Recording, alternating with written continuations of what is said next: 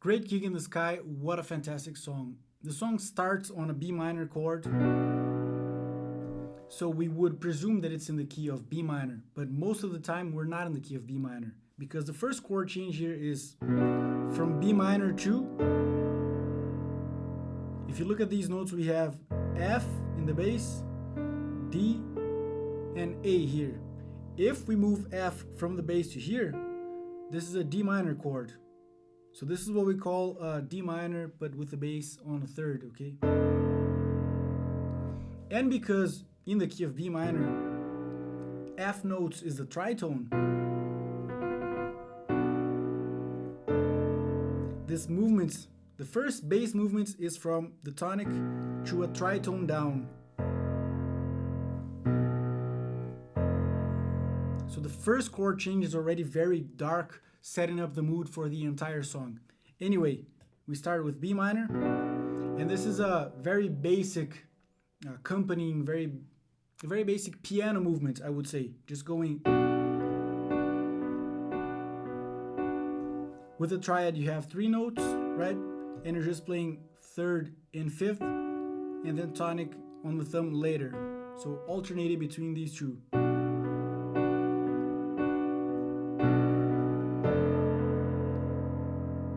And so we first play these, and then the thumb. So I just said that this is a D minor with the bass on the 3rd, but when we play this B is what note? It's the 6th, so it says there D minor 6/F, okay? But we go, so 2 notes with the thumb here, okay? Thumb, thumb, index, thumb, thumb, and the pinky is repeating with all of these. Then B flat major, okay? We got this rolled chord here. This is what we call a 4 notes triad. I like to call these 4NTs, short for 4-note triad. Maybe this is a little bit difficult if you are a beginner, but what you can do is instead of doing it like this, like I'm doing, you can just do, okay, you switch between this position and this position. By the way, these are inversions. If you don't understand inversions, then you have to understand inversions. You have to practice a lot of inversions. Anyway,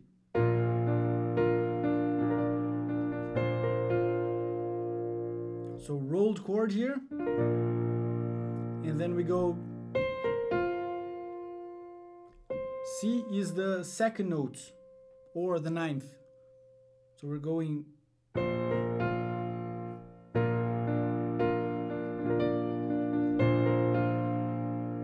Okay, and then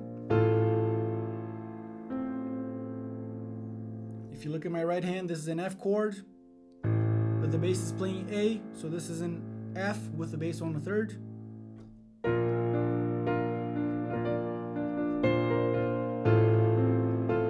Another rolled chord here,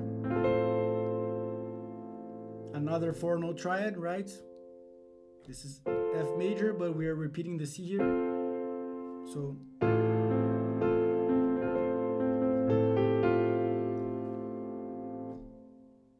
for the F chord, this is 3rd, 2nd tonic, right? So 3, 2, 1.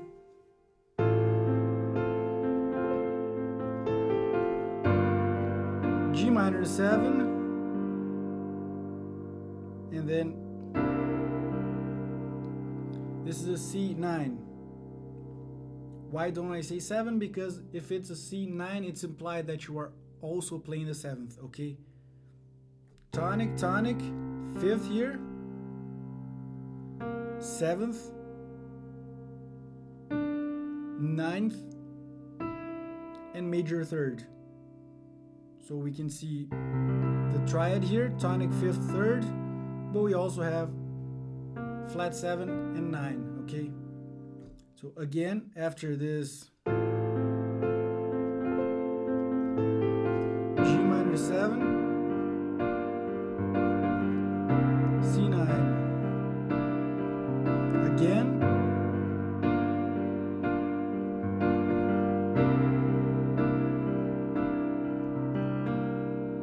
plays these 2 notes, prompting the next chord. So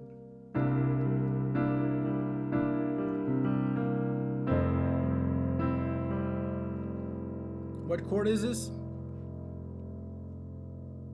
We got F in the bass. This is the 5th of F, right? And we have the major 7 of F and the 9. So it says F major 7 sus2 to the side here, but you can also call it an F major 7 9.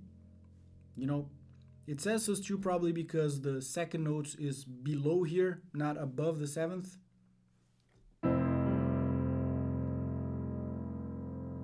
So we got G minor 7, C9, and then very sweet chord.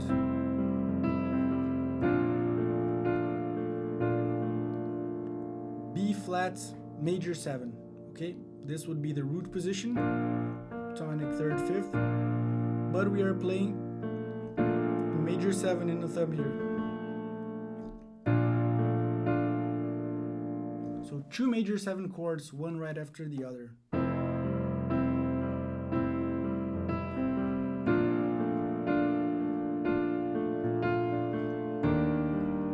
Oh, 3 major 7 chords.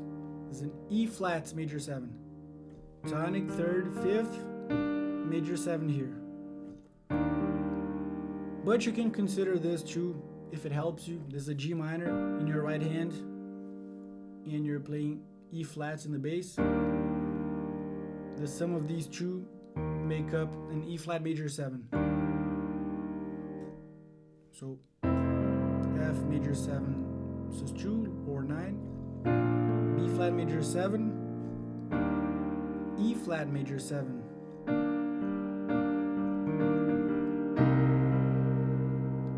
This is C minor 7. Tonic 5th, minor 3rd. This would be just a C minor, a spread voicing, and 7. So C minor 7.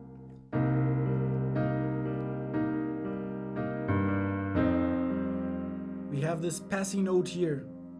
We are using G as a passing note. G is the 5th of C.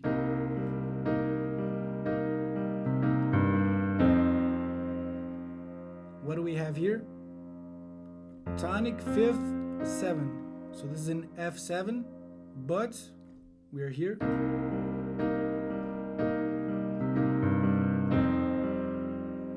Thumb still playing G, so this is an F7, sus2.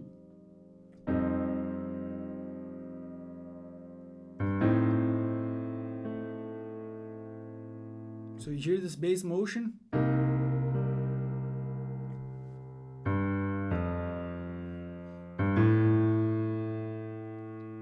We are playing C minor 7 here.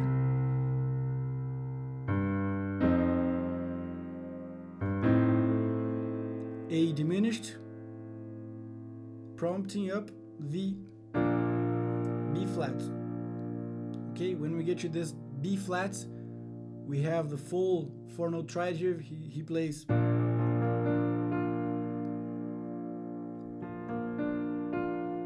And then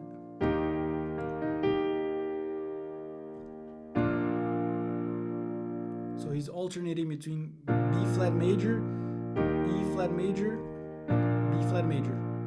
It's a 1-4 movement, right?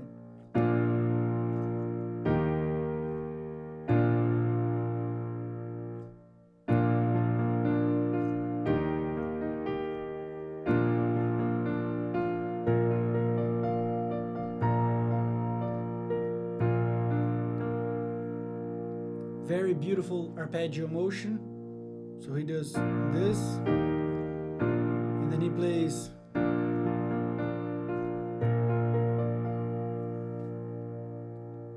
It helps make it easier if you think of this as a copy paste of this 4-note triad position. Same position here. Whoops, sorry.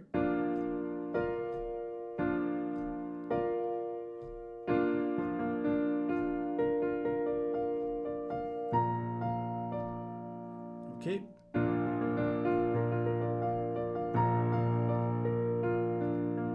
And he's just going down the arpeggio. And now we have the vocal solo, and it's just 2 chords, and you already know them because you already played them. G minor 7 and C9.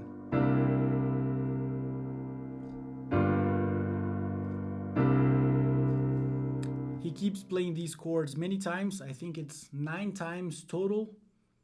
And if you are actually going to play this with a band, with a singer, you should definitely be looking at the singer, because There's a very specific melody she plays when you go to the next few chords. And for the tutorial you are watching, I used a Hammond organ sound here. Rick probably overdubbed this. He recorded just the piano, then recorded the Hammond on top. Some bands have two keyboard players. Most people just overlay the two sounds like this.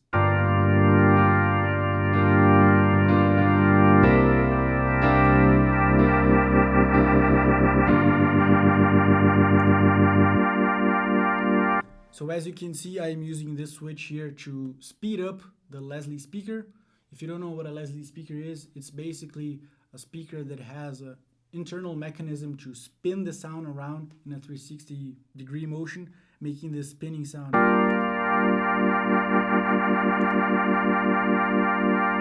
It's sort of like a quintessential part of the Hammond organ.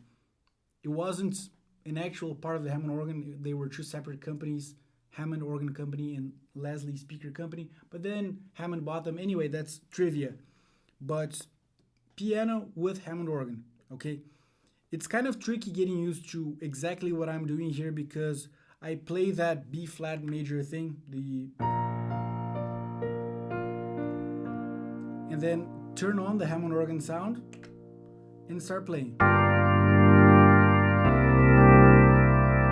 And then you have to turn on the spin, keep playing, and then turn off the spin. Turn on the spin, turn off the spin. This is to create movements. This is what Rick Wright did a lot in Pink Floyd. But then at the end of this part, when we have the chords coming out of this part, what I did is I basically did, it was spinning fast, like this. And I have to come to this chord, turn off the spin, and start lowering the volume. Because when I get to this, I want the volume of the Hammond to be really low so that I can finish fading it down. I go.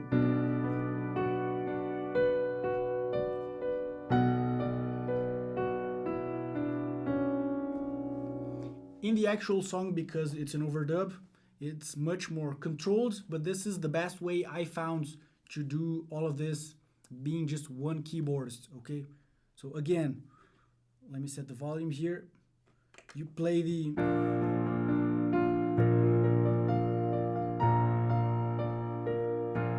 Turn on the Hammond, turn on the spin,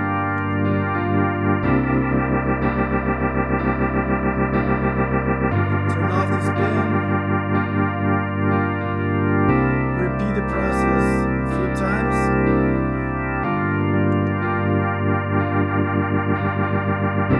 And then we have these other chords. Turn off the spin, lower the Hammond.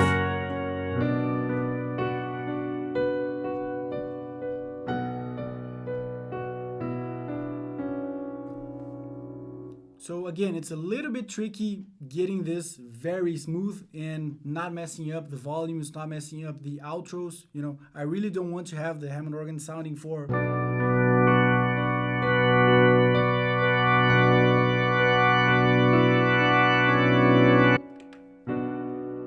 You know, this cuts would be too abrupt, and this high note here, you know, it wasn't that note.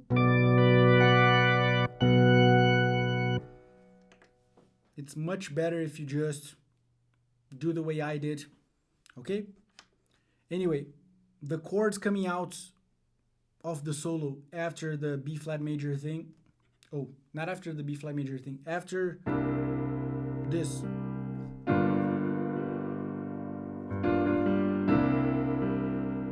C9, and then we have...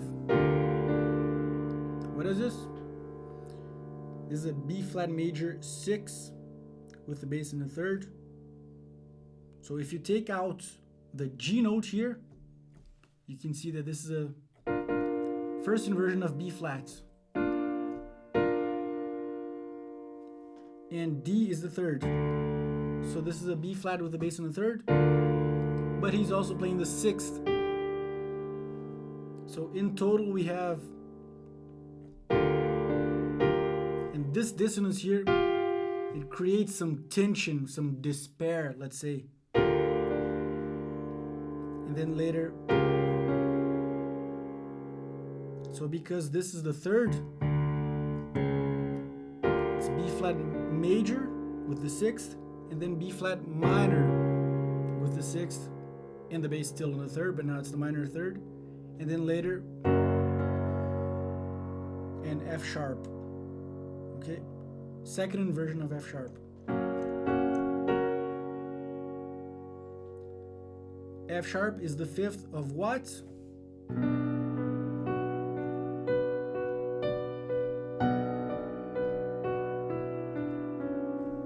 B minor. So we play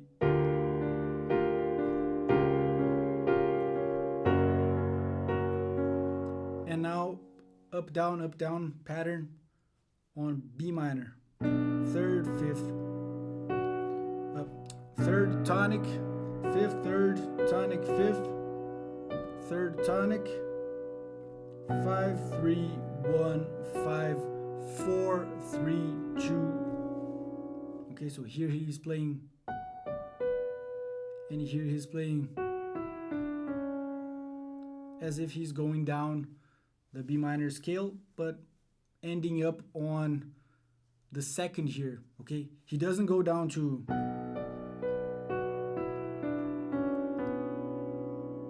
he doesn't finish the run, he hangs in this second here, C sharp.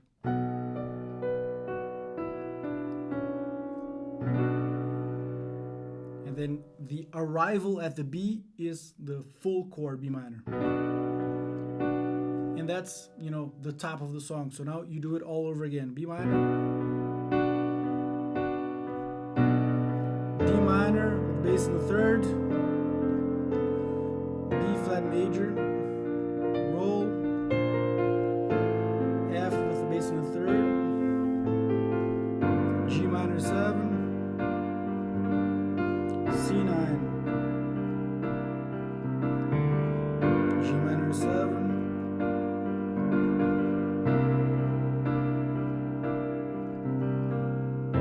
F major 7, so it's 2, B flat major 7, E flat major 7,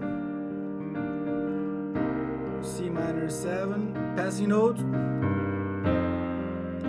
D7, sus2, another passing note, A diminished, B flat major, E flat major,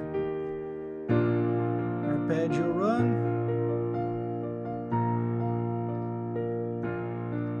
and notice that the left hand keeps playing the tonic here.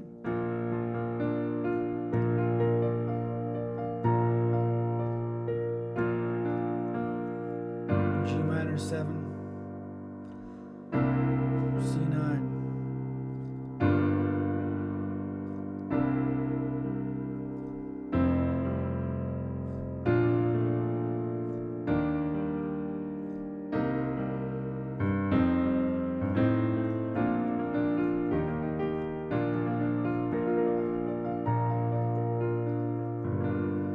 and then at the end of the song you just have G minor 7 and C9 repeating.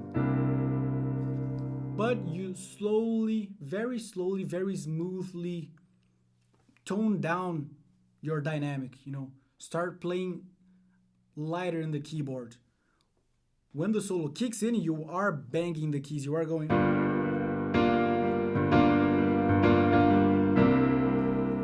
But at the end of the song, you are going more like.